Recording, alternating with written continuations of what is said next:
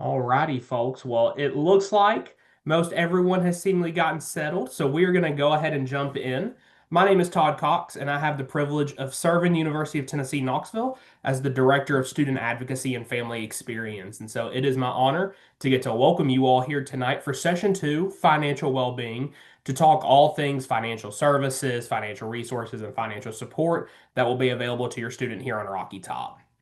We've got three fantastic panelists with us tonight that have lots of wisdom to share with you and are here to answer your questions. So we're super excited that they're here. And here in just a moment, we'll get them to introduce themselves and tell us a little bit about them. But first, I want to go over a few housekeeping items for tonight. So if you've joined one of our family series sessions before, you know how this works. And if not, we're going to break it down how you can ask questions of our panelists. And so at the bottom of your screen, you'll see the Q&A button. If you don't see it down there with your other buttons, hit the more and you should see a Q&A button there. Zoom sometimes likes to try to hide it, but that will be your portal for asking questions. And so you can submit your questions there. We do ask keep your questions to the topic at hand, and so that's all things financial well-being. Those are the folks we have here. And then we will be answering questions live in that Q&A feature, and then some questions answering out loud with our panelists. So the biggest thing is make sure when you submit a question, only submit it once. We don't want to get the Q&A feature bogged down with the same question, so we're going to get to all the questions that we can tonight. If you make sure that you don't select anonymous and you say where we can see who you are, if we can't get to your question tonight, we always share those out with our panelists so they can get you answers to questions we may not get to tonight. So make sure not to resubmit those, just submit your question once. Make sure to keep it on our topic for tonight and send us anything you've got within those parameters. We're excited to get to answer those questions and hear from you. So, without further ado, panelists, good evening. Happy Thursday on Rocky Top. I'm super excited that y'all are here tonight. So, want to start out our panel by folks just getting to know who you are, what office you're with, and what your office does. So, Haley, I'm going to start it with you because you're in my top left corner. And then we'll go to Sierra after you. So, Haley, tell us a little bit about who you are and what you do in Rocky Top.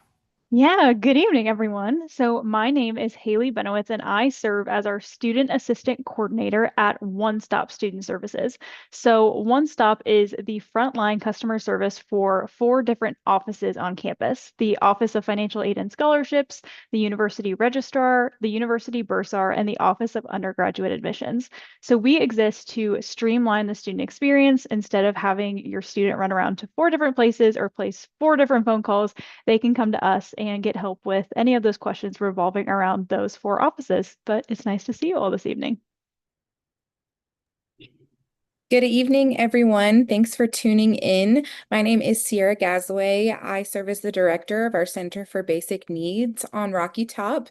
The Center for Basic Needs provides a variety of different services that your student may or may not need throughout their time on Rocky Top. And so I'm excited to share maybe a little bit about those tonight, but just know that we exist so that your student can maybe focus more on their studies, focus more on getting involved, those leadership experiences, and maybe not needing to worry too much about meals, financial worries, and any sort of basic needs that they might be missing in their time on Rocky Top. Thanks for being here. Good afternoon, everyone. My name is Philippia Satterwhite. I serve as the Associate Director for the Center for Financial Wellness. And our office is mainly service help students around money management. So we have one-on-one appointments, we have workshops. So really trying to help students better understand not only how to leverage the financial aid they get, but also any funds they may get from like you or from a job. And so they make sure they are making kind of really strong financial decisions and habits now while they're in school. And so they can take it with them once they leave. Awesome. Thank you, panelists. I appreciate it. Also, remember your spot in that order. We're going to go back to that order a few times tonight. So remember where you were at there. And we're going to go back to that order for our first question. So I want to throw this to all three of y'all. But if you had to kind of start off the panel with, here's the one big piece of advice that I really want to lead off with that I want families to know and kind of prepare for as they get ready for the fall. What would that piece of advice be that you would give within your role and within your office? So, Haley, you're first. For sure. Oh, I feel like there's so much I could say. Um, I think the biggest thing is having students frequently check their UT email is going to be a big next step. Because your students getting ready for the fall, we're no longer going to be sending a lot of communications to their personal email. So them checking their UT email frequently is going to be very important because that kind of goes hand in hand with my other piece of advice of planning ahead matters, whether that comes to getting those final transcripts submitted, whether that's looking at financial options for the upcoming fall, all of those things. You want to be aware of any important deadlines and any upcoming reminders, as well as making sure you're making plans now to ensure your student goes into the fall semester very successfully. My advice would be to know that our campus has resources and a variety of support. And if your student is struggling with something, and even if it seems very niche and very, complex, I assure you there's an office, or it's even the Center for Student Advocacy that they would start at, to be able to find that next best route. And when it comes to basic needs, it may be something that you are unsure if your student would be needing during their time on Rocky Top, or maybe there could be an emergency that happens later on during their time. And just knowing that there is an office there to support a student through that crisis, or through that difficult time, really so that they can not fall behind in their studies, right? Where they're here to get their degree and cross that stage at the end. And we want to make sure that they have everything they need to do that. And so understanding that there's likely an office, there's likely a place that they can go if they have an issue or any sort of concern, and really encouraging them to use the resources and not go it alone. Yeah, so my advice would be to at least start having conversations around kind of what your expectations are when it comes to kind of financing things beyond just tuition and fees. So we see a lot of students who may not have thought about, like, if an emergency happens and if there's no bank in the Knoxville area that you guys use, how would you get money to your student if they need it? And maybe even setting expectations. You may say, oh, because emergency for them may be, oh, I have to get I got to give me one of those jumpsuits, those checkered jumpsuits for a game. And you might think, oh, that's not an emergency. So having a conversation about, what counts as an emergency, how to start thinking about spending on things outside, maybe tuition and fees, books, and typical kind of academic things. And so just having those conversations so that when things arise, you already have a plan in place. So I really like what Haley said, is having a plan. So plan across a lot of different dimensions. Awesome. Thank you, folks. Great advice there to start out our night. So Haley, want to turn it to you. So we're getting some questions that have come in, and ones that we always get are really, when am I going to see the bill? When is it due? When do I need to have financial aid by? And so can you really just give us kind of a timeline of now until really the beginning of the semester of when those bills are due, when they're going to see those bills, when they need to have the important stuff submitted, all those kind of fine details that our families are wanting to know? Yeah, for sure. I do want to start by plugging our website, our One Stop Student Services website. It's just onestop.utk.edu. You can find a lot of great information on there, as well as important upcoming deadlines and the most up-to-date information. But you all will start to see that fall bill come to your students' account around mid-July. There's no current hard date when that is going to come out. But you all should be aware that it'll be around mid-July is when you should see that final tuition statement come out. A lot of your students may have already received their financial aid packages, so any potential loans they may have been offered through the FAFSA, any merit scholarships or state aid, your students should have already received that via email. They can also always go and check that information in their My UTK portal. So that should already be available. But bills will come out around mid-July.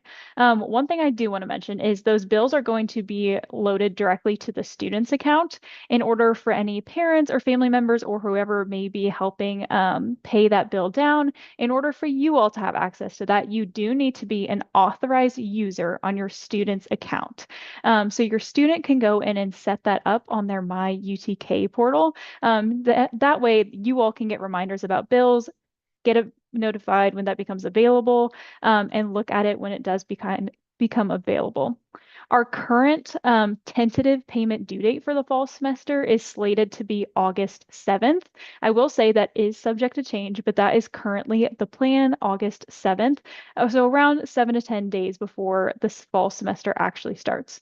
So again, bill will come out around mid-July and then expect to make payment around August 7th. Again, always check our websites, have your student check in their U2 email for those finalized dates. Awesome. Thanks, Haley. I appreciate it. Super helpful information. Good to have those dates on hand. I appreciate you plugging the website. Y'all's website is wonderful. It has all sorts of great information. So can't recommend enough. Make sure check out One Stop's website.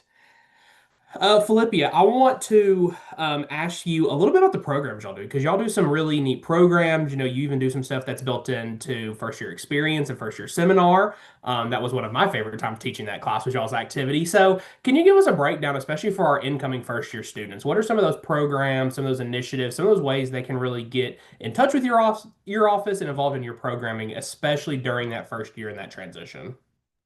Yeah, thank you, Todd. That's a great plug for our some of our the things that we built here. Yeah, so so there's several ways for students to engage and connect with the Center of Financial Wellness. And so some of the things we like to do is like really connect students to the experience of being a student and kind of learning how to manage their money. So we do a lot of things around budgeting, but not just like talking about budgets. So for example, we may do like this past spring, we had a fix it and repair it event where we said, hey, maybe there's a resource on our campus where there's like the Makerspace has like sewing machines, and maybe you can learn to use these tools to help repair like some gently used items, and that way you can repair what you have and also make sure you're not spending extra money out of your budget to replace an item that just needed to be hemmed. And so we also talk about loan repayment. We do a lot around just kind of big purchases. So as students are getting ready to graduate, so for an incoming student, we really focus on like, okay, this is probably your first time managing money in this particular way. So so how do you make sure that you're building those habits? So we try to do workshops. We also do one-on-one. So sometimes sitting down and just talking with someone, making a plan, figuring out how to make sure that you are making the best use of your funds. And then as students kind of progress, there's all kind of touch points. And so it's even to the point when you get to graduation, we help students understand like, hey, you got 3 job offers. Let's kind of evaluate this. What does this mean? And so students can either come to our workshops or they can come meet with us one-on-one. And the way they can figure out what we're doing is on our website at financialwellness.utk.edu. We will have a list of our current workshops. And also that's where you also will go to make an appointment. And students do not have to be on campus to meet with us. So we do virtual appointments. So if it's raining, because it rains a lot here in Knoxville, and so you're like, oh, I thought I would make it, but it's raining. And so you can still meet with us. So that won't be an excuse not to come see us because of rain. But yeah, so we say just go to our website. That's where you can see what we're up to, like what tabling we might be doing, what workshops we may have, how to make an appointment. And we do a wide range of topics, but just mainly money management and how to like best leverage your financial aid. So making sure that you're making the best use of any loans you may be taking, understanding your loans and their impact after graduation. I can go on and on, so I'm gonna probably wrap this up. But just, yeah, if the student has a question about anything around money management, just ask and we can figure out from there. Awesome. Thanks, Philippia. All great resources, great work y'all do in office. I wish I would have had an undergrad. I would have made a lot better financial decisions if I had had a Center for Financial Wellness. So I appreciate you sharing about that, especially how they can get involved. Sierra, I want to throw it to you because people hear a lot about our Big Orange Pantry. So tell us a little bit about the pantry. Where is it? What is it? What all services does it provide? Kind of give me that overarching view of all things Big Orange Pantry. Absolutely.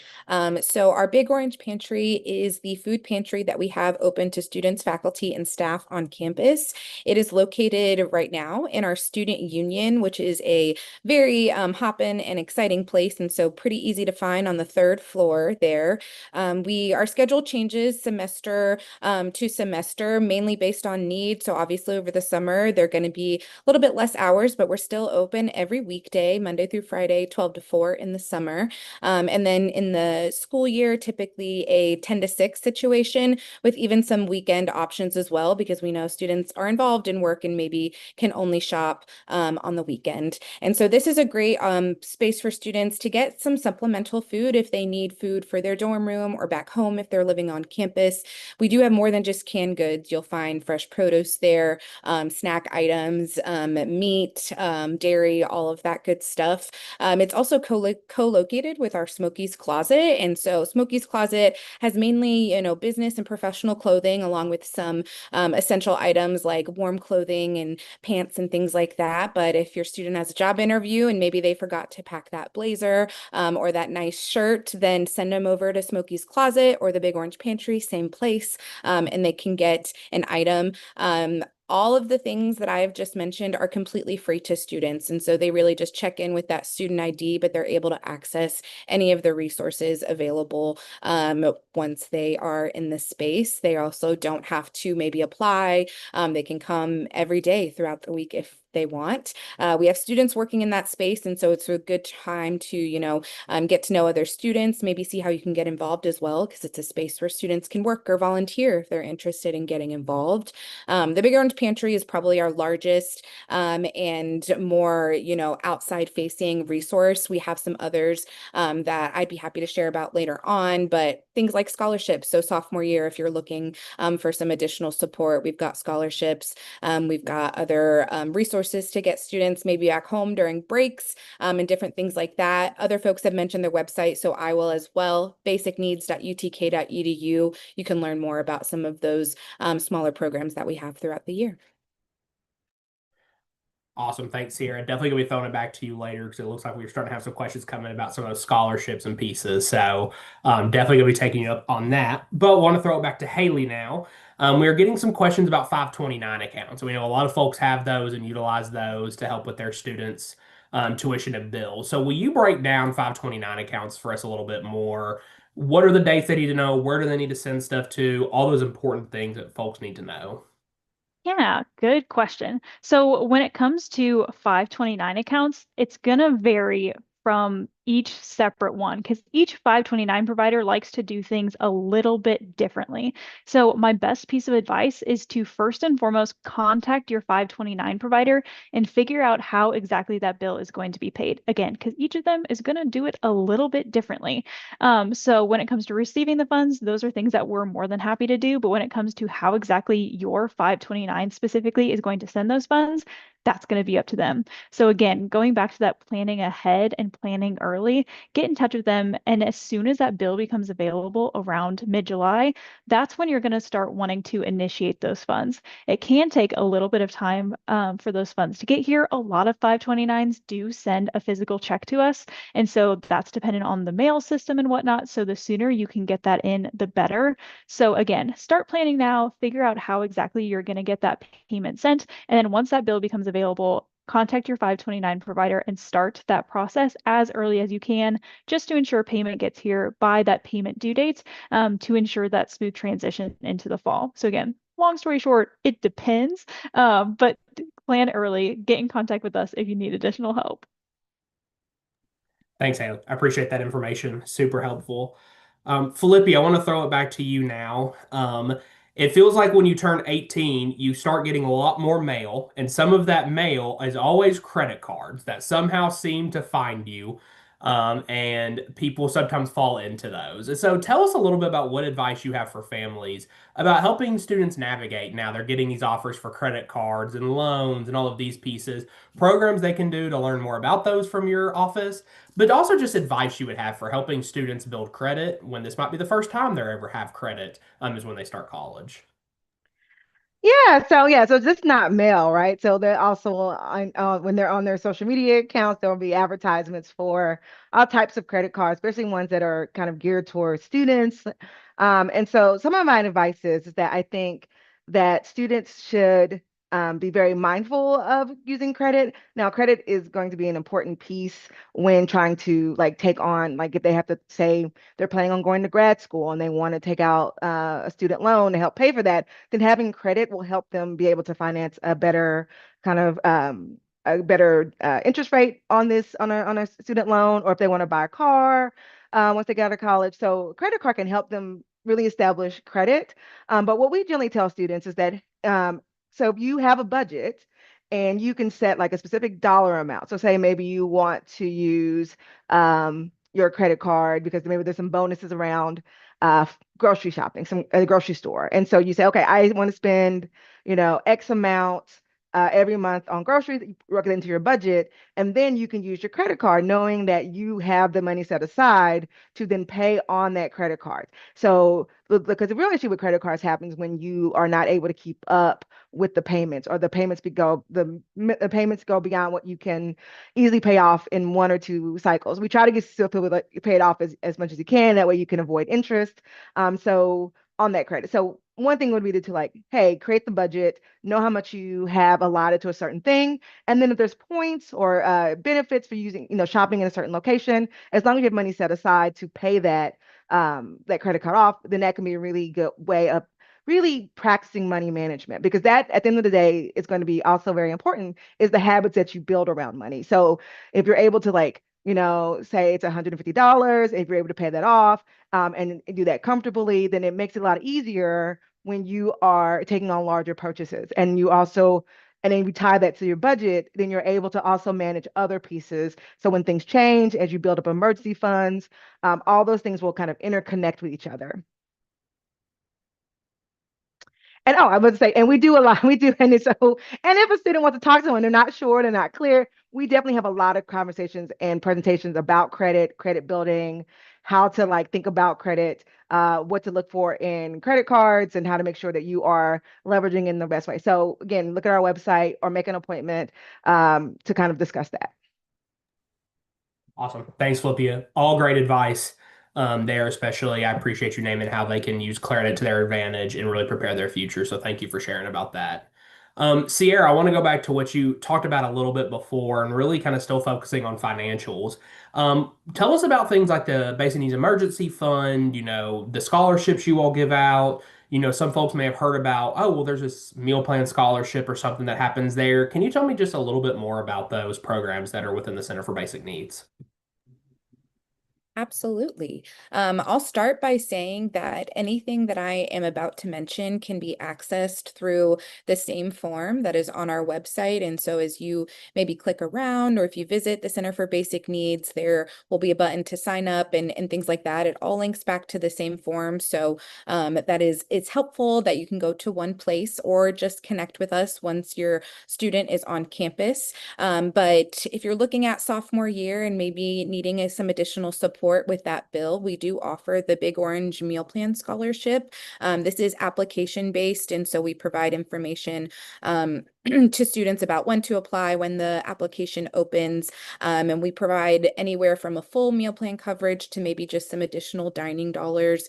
This is a great resource for students, again, if that total bill, or maybe you're moving off campus but would still need some supplemental meal assistance. It's a great option for students.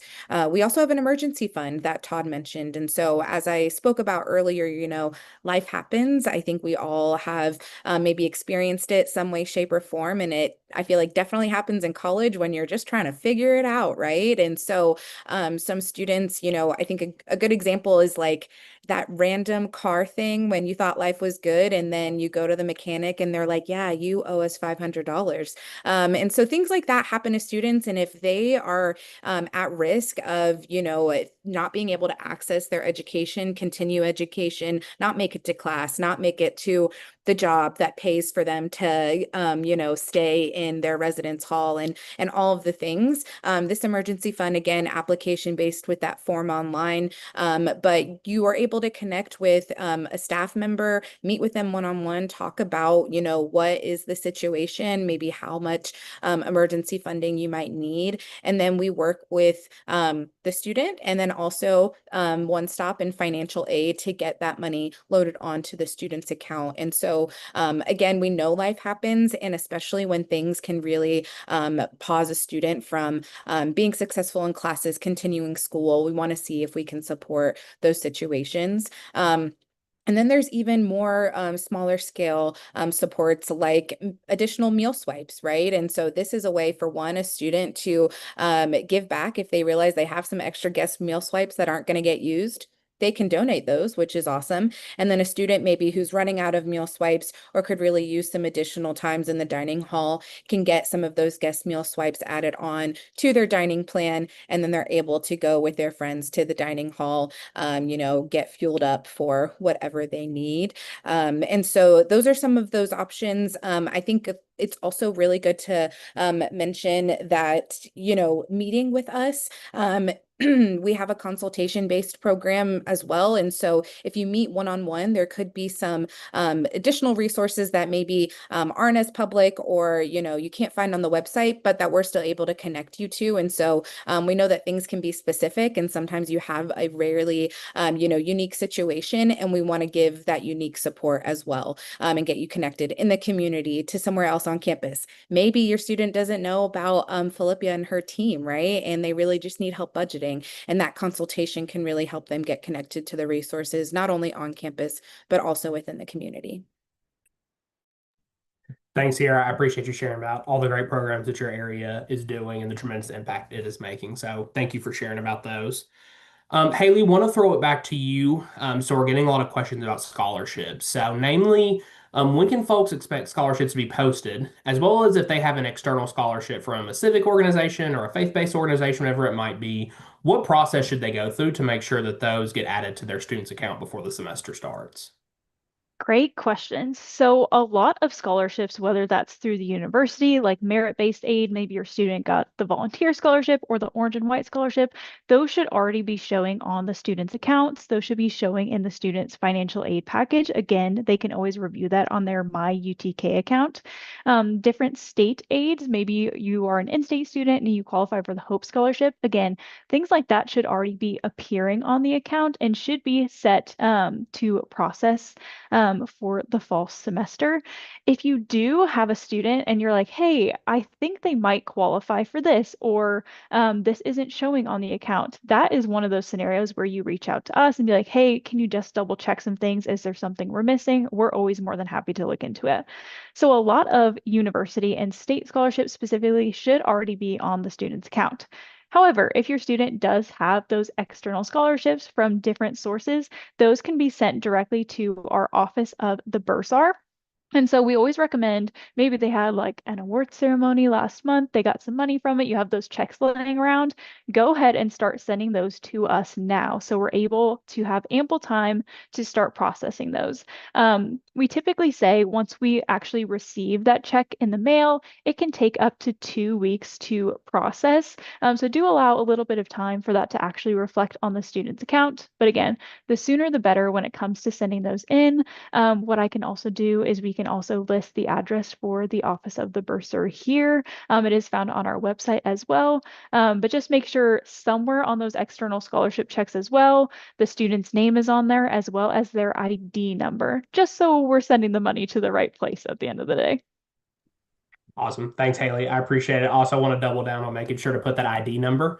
We have a lot of students who have the same name. And so sometimes I know hunting down which student of the four is that name can be a little challenging. So want to echo that as well, making sure to put that information there. So thanks for sharing.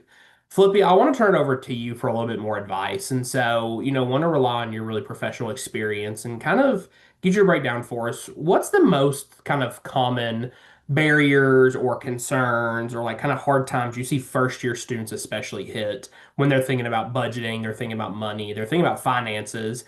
And a two-part of that, how have you seen families be the best supporters of their students? So making sure students still have independence and can sometimes learn and maybe learn the hard way, while also still giving students guardrails so they don't make a decision at 18, 19, 20 years old that has long-term impacts that families can really step in and help with. Yeah. Two parts. If I missed something, let me know, Todd. So the first one about barriers. I think one of the things it's because of some of that freedom. They have some choices that they maybe didn't have choice around before. So one thing I like to bring up is like eating, right? So students, they come, maybe at home, you eat with the family, y'all eat the same thing. But when students get here, they have a wide variety of choices. So they may have a meal plan, and that meal plan may also have dining dollars attached. And so they find themselves like just going to Chick-fil-A and, maybe burning through all those dining dollars really quickly, and then finding that they also want to go on the strip, and then they also want to, they're like, oh, I don't want to eat at the dining hall, even though I think we have some really great dining halls on our campus. But I'm not a, student, so I don't eat there every day. So they sometimes want some variety. And so that, sometimes we see a lot first. And so is that peer pressure. So some students will like, hey, I have a meal plan and I'm supposed to eat at the dining hall, but everyone wants to go down to the strip to Whataburger and eat there instead. And so having a conversation with your student about peer pressure, recognizing that they may be living with someone who has a very different lifestyle than them. And so and may have access to different resources than they do. And it can become really difficult when you're trying to, make friends and balance that out. So having conversations, helping students recognize that it is okay. You're not the only one. You're not the only student who are eating in the dining halls. You're not the only student who has to make these choices. But I think learning to make these choices within this kind of situation, I think helps build up for them what's important to them. Because if going out with friends, if you only have friends who only want to go out to eat, and maybe you don't actually enjoy that, then learning about what's more important to you, right? And figuring out what your values are. And so I think, so going back to, I think your second question is like, how can families help support that? Is to help the student remind them what their values are, help them navigate, and listen, right? Because it's gonna be easy to like, hey, just, it's easy to give really quick answers and say, oh, just do this. It's $4 to go here and 8 there, and not consider maybe the other kind of social conditions around it. So hearing and listening, but also being very transparent and clear about where the boundaries are, right? Because it may have been, because it's also really, if they have to buy groceries, buying groceries for, a family is a lot different than buying groceries for one person. And it can be really a shock when you go to Kroger's, our local grocery store, and see some of the prices. So I think, one, setting boundaries, being clear about what those boundaries are, but also just reminding them what the values are, what's important to them, just help them understand their own values, right? So, and so like reassure them, make sure that they recognize that, but also remind them that sometimes these decisions are going to be hard, and they have to make hard choices, and they may need to find different friends, right? And that's okay too, because there's so many different people on our campus, and there are so many different clubs and hobbies and places that they can find community and connection that doesn't always have to revolve around where they spend money at or how they spend money. And so being a cheerleader, being supportive, and also just again setting those boundaries and helping them like set those boundaries. And then I think I will kind of round it off by saying, I know a lot of times parents have access to their students' accounts and they can see where they've spent money. And so sometimes you may be like, oh, they've been to Starbucks 3 times this week. And maybe you hear them say, it was a stressful week. And they may have needed to hit Starbucks. And just hear that versus like, why are you at Starbucks, right? Or why are you spending your money there? And so instead of leading with that question, maybe kind of like, hey, are you okay? Do you, how are you feeling? And that way they can feel like that, that they can still have some autonomy on how they spend their money, but also know that that could be signs of other things. So I think hopefully I answered that question, Todd. If I need to elaborate on anything else, just let me know. No, that was phenomenal. Great advice. I think great conversations to be having, great ways for families to be involved. So I appreciate you sharing all that, Philippia. That was incredible. Sierra, I want to throw it back to you. And so we've had some folks ask about donations and if they can donate or if their student can donate to the Big Orange Pantry or Smokey's Closet. So want to hear from you about what that looks like. But also, I know that y'all are a great place to volunteer and have a lot of great volunteer opportunities. So on top of donations, tell us a little bit about how students can get involved in the great work that y'all are doing.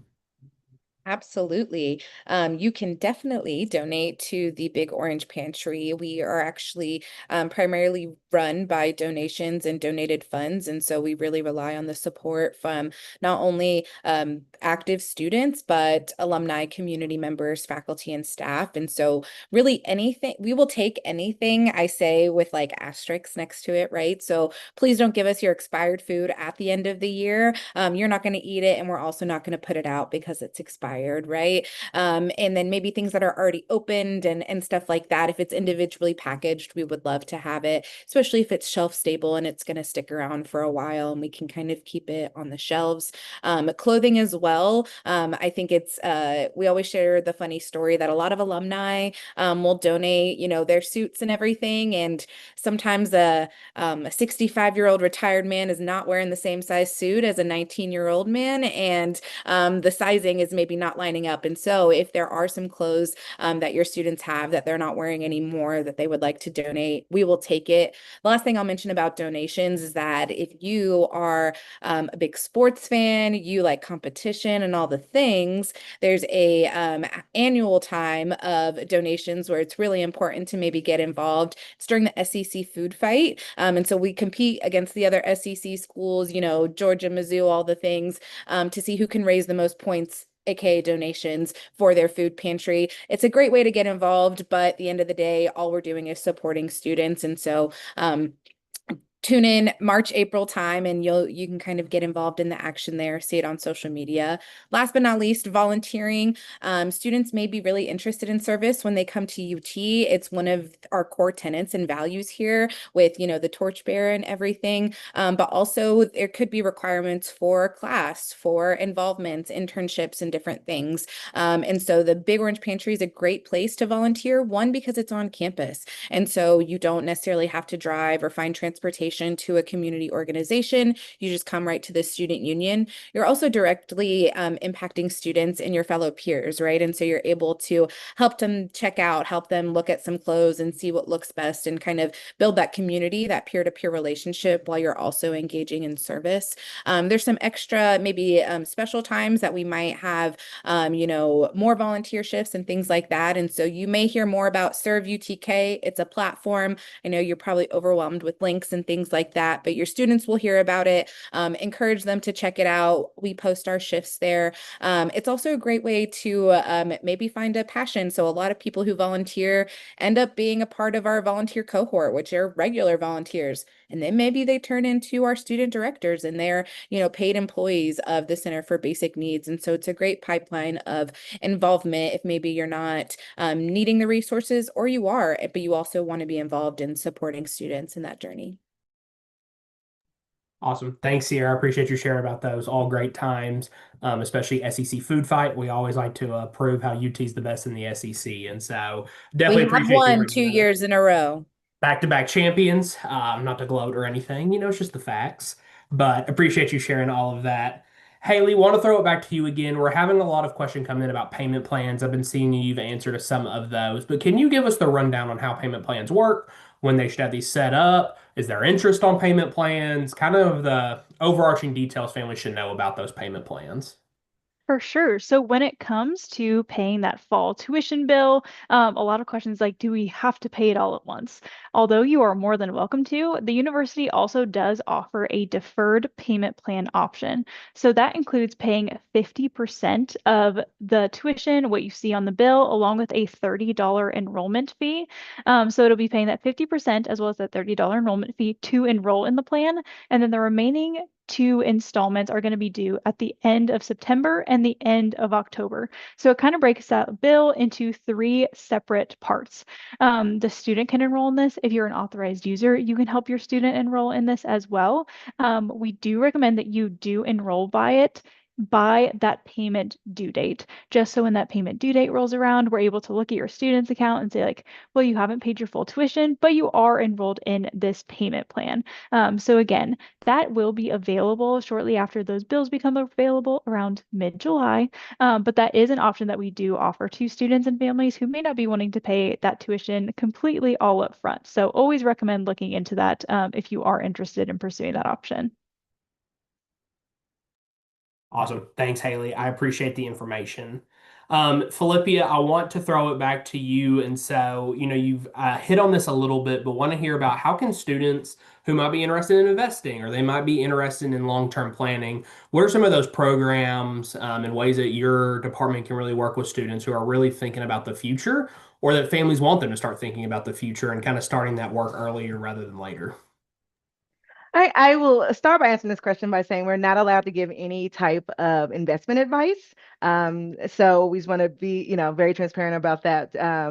And so, but what we do do in our office is kind of help students start to think about what they need, understanding terms, understanding what is a Roth IRA, what's a traditional IRA, but also like even before you begin investing, right? Because we talk about like, well, investing is long term, and so making sure that you even have you're set up to really even like have an emergency fund, right? So if you were to put all your money into maybe investing and something were to happen, say you need to repair your car and you don't have quick access to a $500 deductible because you put all your money in investing. So we want to make sure that we talk about like, here's what you need to do to set up in terms of when you know you're ready to invest, right? And so things like making sure you have an emergency fund. If you're looking at job offers, how to evaluate any type of retirement benefits. If you have a health savings account, how that works when it comes to investing. And then we just kind of talk very general about this topic in a way that hopefully helps students understand just what the landscape looks like and how they understand how investing actually works. And because I know if I could figure out how to put $500 into something and 2 weeks from now it's $1 million, yeah, I probably wouldn't be working here at UT. But I think that it's really important when you think about investing that there are several different vehicles, and so so we can talk about what those different vehicles are. So like thinking about like money market accounts, like what are they? And then we say, here's what you need to look for when you are going to find someone to help you with investing. Like, do they have an obligation to protect you versus the investment account, right? And so we do try to give students tools so they understand what investing looks like, what it looks like in the long term, and then how starting now, like earlier, putting like a lot less away, like say putting less now, but 25 years from now, how that grows. So that's how we try to approach investing in those conversations, because we have to recognize that is part of a student's kind of financial life after college. And so like, here are those different pockets. Here's how you understand it. Here's what these concepts mean. And then here are the questions you should be asking of the person who's going to help you. If that's a tool, if it's a person, if it's a professional, then here's what you need to ask, and here's what you need to research. Awesome. Thanks, Philippia. Great advice. I appreciate it. Haley, we've had some questions come in. I want to throw back to you from folks who are employees of the state of Tennessee, whose student may receive a discount or another program that receives a discount. So, what advice do you have for folks who may be in that situation? What timeline should they know about when all of those will be applied? Yeah, this is a great question. I'm really happy somebody asked about this because if you are eligible for a discount or waiver, we totally want you to take advantage of that. So the university started accepting those discount and waiver forms starting on June 1st. So if you do have one of those lying around, you can go ahead and submit it to us. A lot of times your like HR department may already have these forms, but you can also find this form available on our website. If you want to print it out and start that process, you'll need to get a few different signatures on it. So please make sure those signatures and those dates are on or after June 1st. Again, if you submitted it before June 1st, you might want to have your student check their email just to make sure, because again, we can only accept those after June 1st. Again, that form can be found on our website. There might be somebody in your department or in your HR office who also may have some copies laying around. But once you have that, you can always come drop it by our office in person if you would like. We're located on the ground floor of Hodges Library. If you live in or around Knoxville, maybe you're coming for orientation in a few weeks, and you can drop that to us in person. Or if you're unable to make it in person, you can always submit that online to us via a case.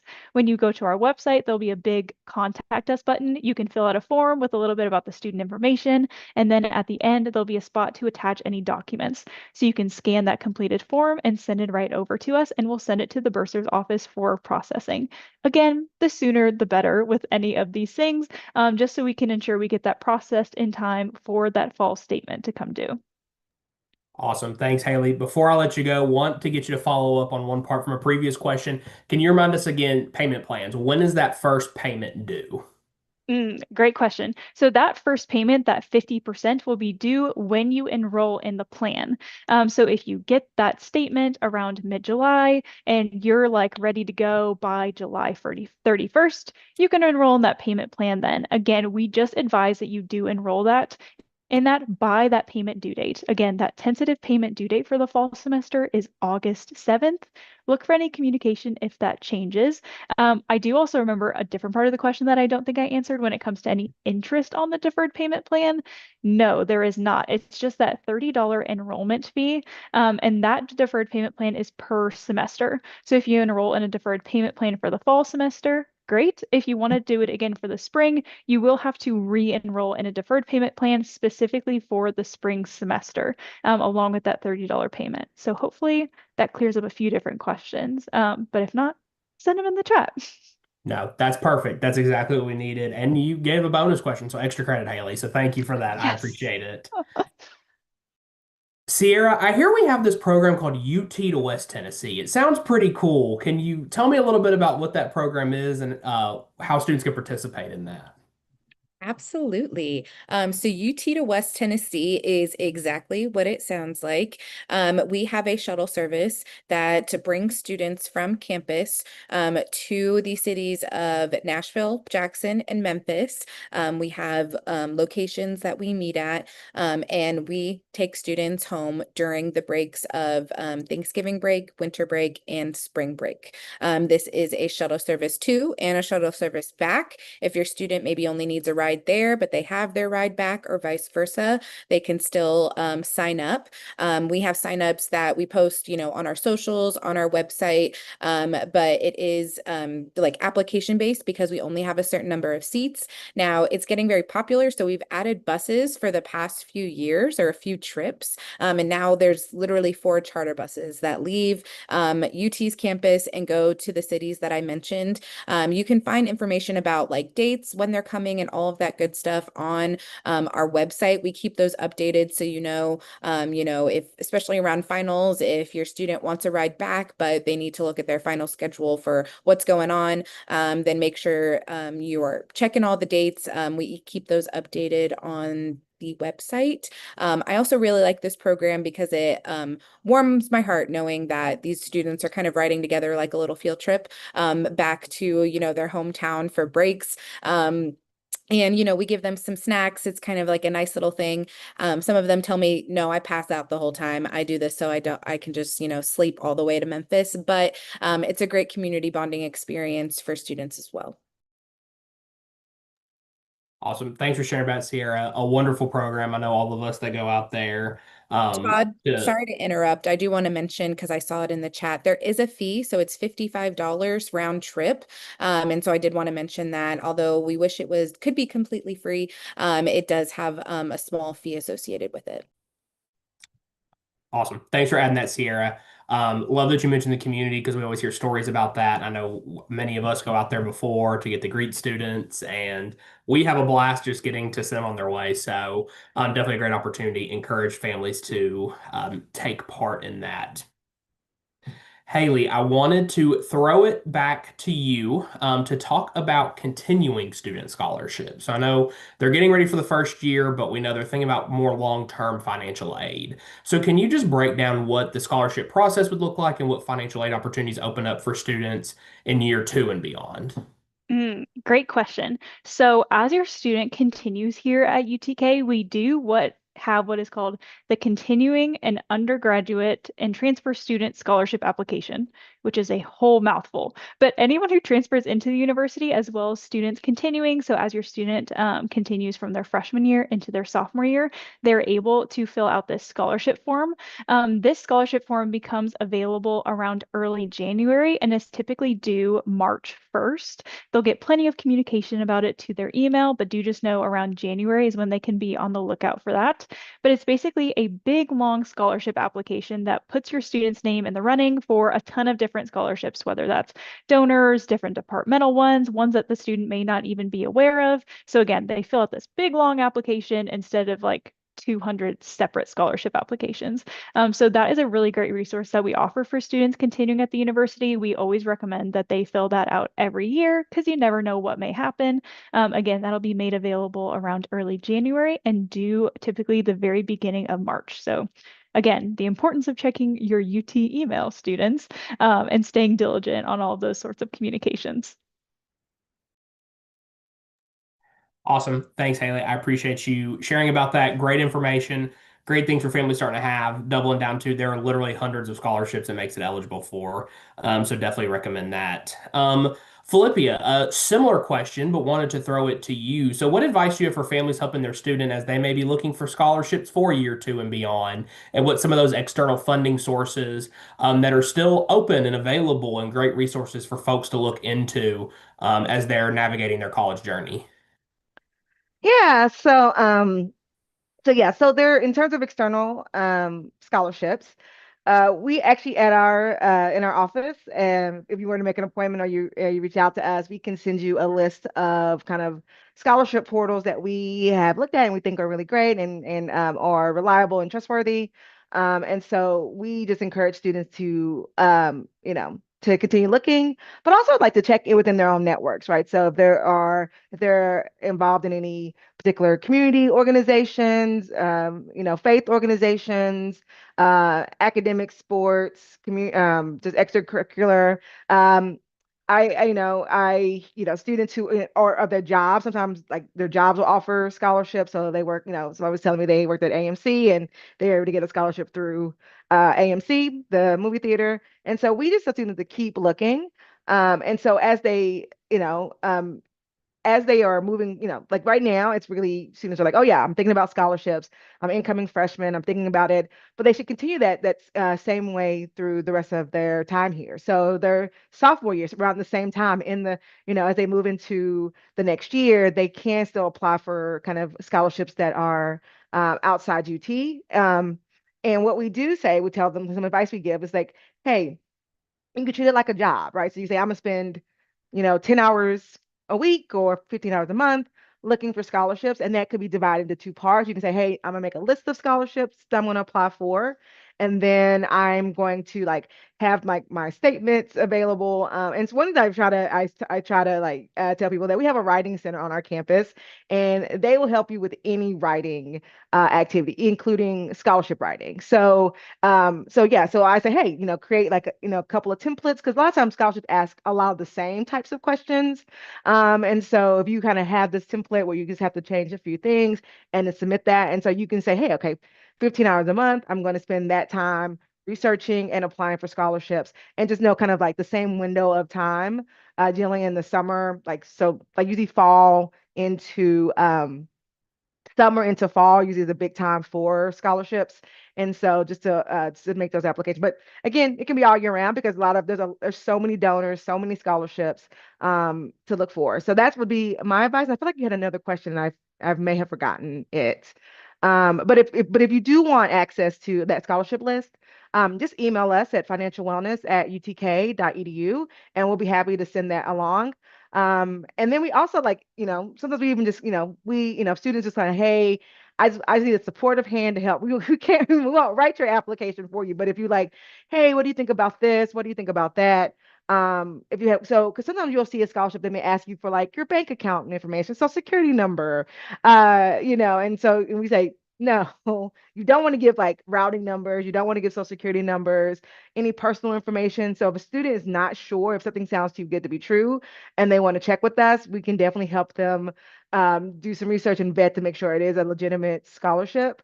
But they're asking questions like that are super personal in that way, then yeah, it's most likely not going to be a legitimate scholarship.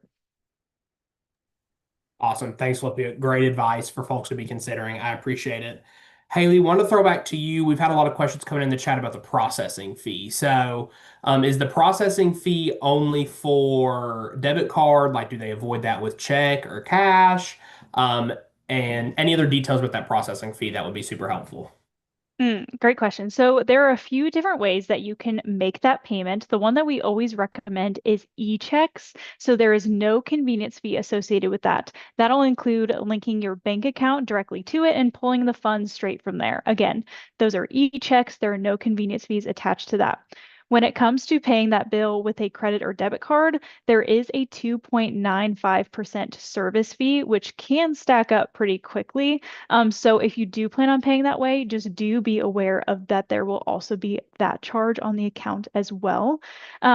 We do also accept checks or money orders or cashier's checks, anything like that. You can mail those. Again, mail them a little bit earlier than that payment due date just to allow time for the mail system to run its course. The university does not accept cash, so do be aware of that. But again, e-checks, credit or debit cards with that service fee, those checks for any of our international friends, you can pay through our service called Flywire. And then again, if you do have those 529 accounts, get in contact with them to see what is going to be the best way to make that payment. Hopefully that offers a little bit of clarity to different kind of ways that you can pay for that fall semester bill. No, that's perfect. I appreciate that, Haley. So we are starting to run short on time, folks. And so want to kind of gauge our final question to being, what's the best way for students to get in touch with your office, learn more about you, send further questions, as well as what is your one last piece of closing advice you have for our families as them and their students get ready to take on this next great adventure come August. So we'll go in the order we did before. So Haley, I'll start with you. Lovely. So you can always contact us at One Stop via our website. There is a support form on there, like I was mentioning earlier. You go to our homepage, there's a big contact us button, and you can submit a support form, and somebody should be able to respond back to you within a few business days. Our phone number is also listed up there. You can give us a call between the hours of 9 to 6 Eastern Time, Monday through Thursday, and then we're open from 9 to 5 on Fridays on the phone. But those are really great ways to get in contact with us, as well as if you're coming for orientation in person, you can always stop by and see us in person as well if you're going to be here. My last little bit of advice, what should I leave you all with? I would say get things done sooner rather than later. That payment deadline of August 7th tentatively is going to come up sooner rather than later. So just start having these conversations with your student now about if you all are interested in taking out any loans, potentially looking into alternative payment options. Start having that discussion now, like, hey, should we enroll in a deferred payment plan? Just so when that bill becomes available mid-July, you and your student have a game plan of how to make that payment and how to set them up for success coming into their fall semester. So start having those conversations now, have a game plan ready to go. And then, of course, always reach out to our office if you come up with any more questions, you sleep on things, you come up with something, get in contact with us, and we'll be more than happy to help you all out. All right. So you'll see our information on the screen here. Definitely looking at our website or giving us a call can provide a lot of information or a form to get more information via email. I would also encourage you or your student to stop by. We are in the student union, so if you just want to visit the Big Orange Pantry and check it out. And our staff offices are in the Dean of Students office, which is also in the student union. And so they, have a little slogan of being a place to start. And so if you end up in the Dean of Students office, office. You can also get connected to some basic needs resources there. Students, they can follow us on Instagram. I think that's a great way to just see things on our story when we have, different events happening or, resources they might want to get involved in, to know when to apply to the Big Orange Meal Plan Scholarship, all of that good stuff. For my piece of advice, I will have the caveat that listen to Haley. She said, get stuff in early, do the things, have the conversations now, don't wait till the last minute. And I will echo and,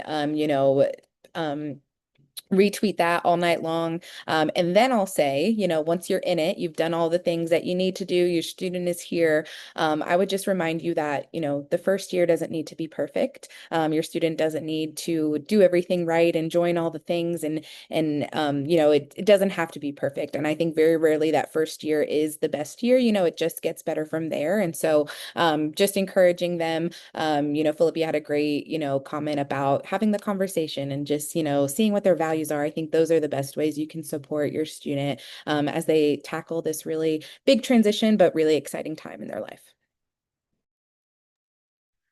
Right. So our website, financialwellness.utk.edu, which is listed here, is where you can make appointments with us. So if you want over the summer, if you wanted to sit down and help your students make a budget or kind of talk to us about kind of financial planning, you're more than welcome to do that. We do have a phone that you can call us, but typically students reach out to us either through the website or through emails. And so so definitely feel free to use those.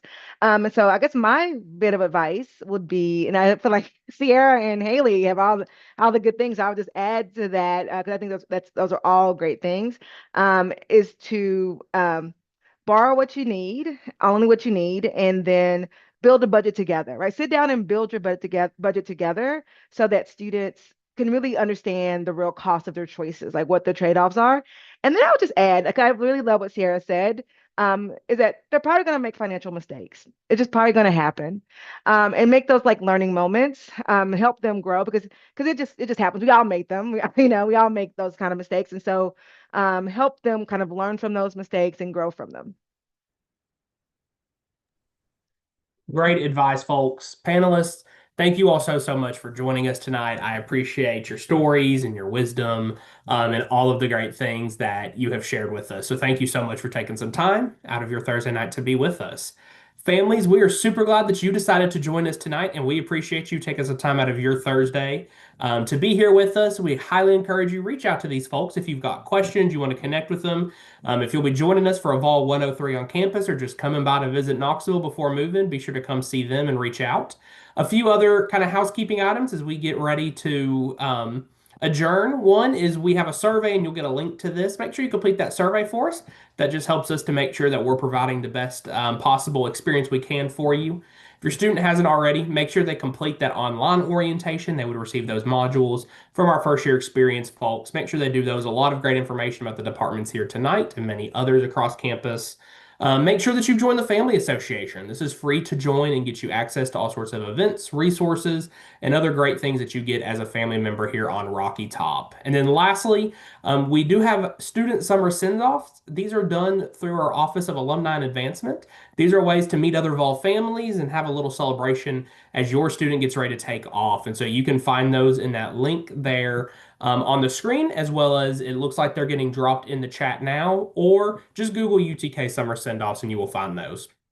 We really appreciate you taking time to be a part of our session tonight. We're so excited that you're part of our volunteer family, and we hope that we're going to see you again here in just a couple of weeks on Zoom once again. But next time, we're talking academic success. So we'll have leaders from across campus who will talk about all of the ways and resources that your student can find success in the classroom and how you can be a part of it from afar as a family member.